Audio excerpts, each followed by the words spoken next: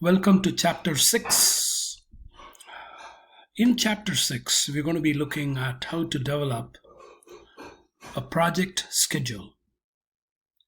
Usually, the project schedule is done in companies using Microsoft Project, which is a software. But the basics of this Microsoft project, how it works, we need to know because that gives us a fundamental way of looking into how to do a project schedule. So, in this chapter, we'll be talking about project networks, how to construct a network diagram, and then find the critical path. The critical path. And we will explain what is critical path and all the activities and so on and so forth. I'm going to be uploading two different videos, and I would want you to follow those videos instead of what is in the book in this book. The videos that I'm going to upload is from my own book, and it is actually very easy to understand. So please follow that. And we will also do a problem from the book as well. Okay? So project networks brings you the linkage between the work breakdown structure and scheduling. A project network is a diagram, and we will be using a method which has got nodes in it.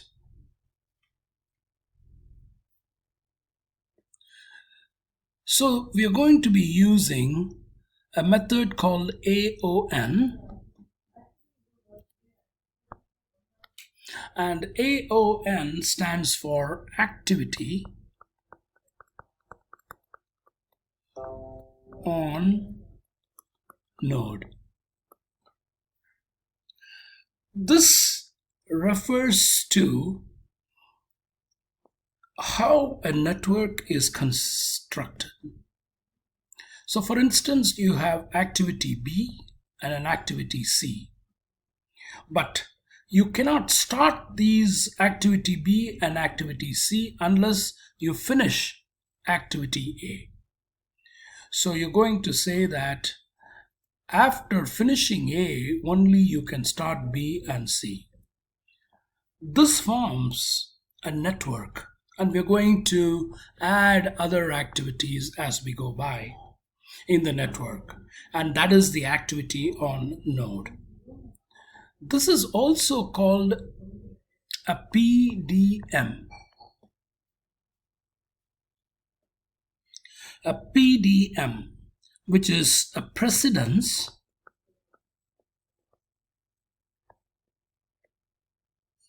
diagramming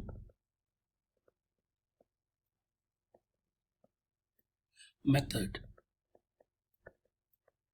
The reason it's called a PDM or a precedence diagramming method is in order to start the activities, you need to know what is before that activities.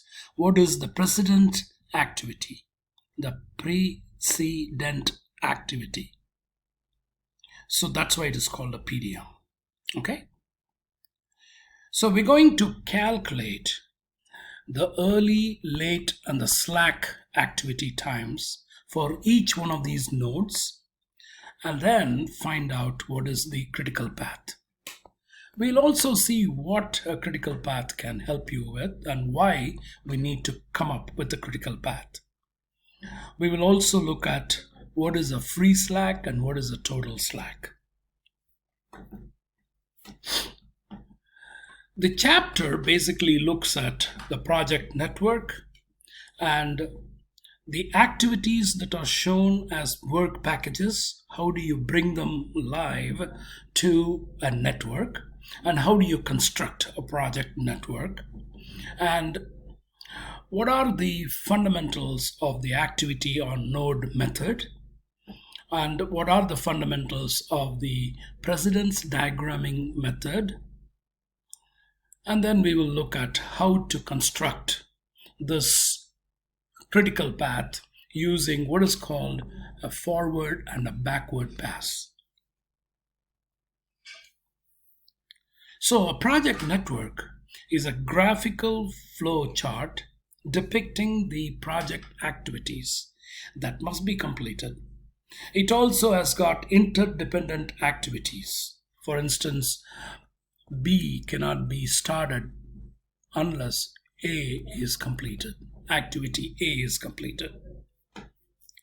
And we will also look at what is a critical path. It provides the basis for scheduling labor and equipment.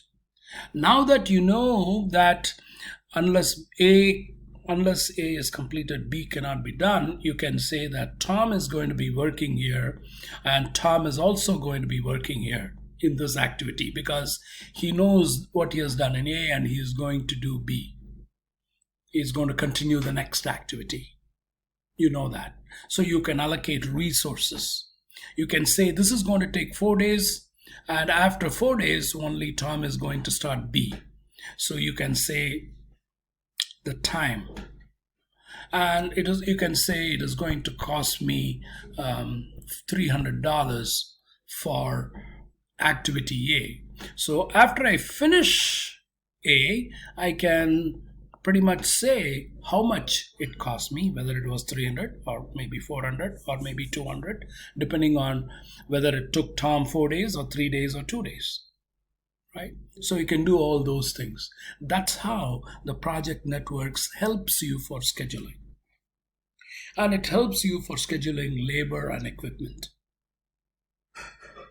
By the way, you can also say that for B, you need a computer for Tom. So by the time he finishes A, your computer system should be ready. So he can start the computer and work on the computer for activity B after he finishes A. So that is the equipment that you need in this case. By telling all these information to the stakeholders will get communicated very well, and they understand where the project stands. The network, as we talked about, gives an estimate of how long the project is going to take place. It's also going to tell you the cost of what is happening and how it is comparing to the budget.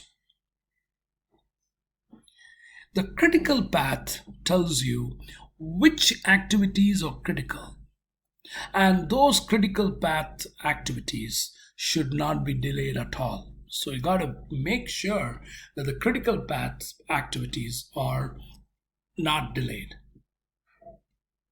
Once you make sure that the critical path activities are not delayed, then the project is going to be on time.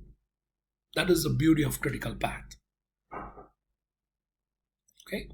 It helps project managers to stay on the project plan, and it helps everybody to understand where the project stands at any point of time. We are going to do this problem after going through a couple of videos that I've uploaded, and we will come back to this in a minute.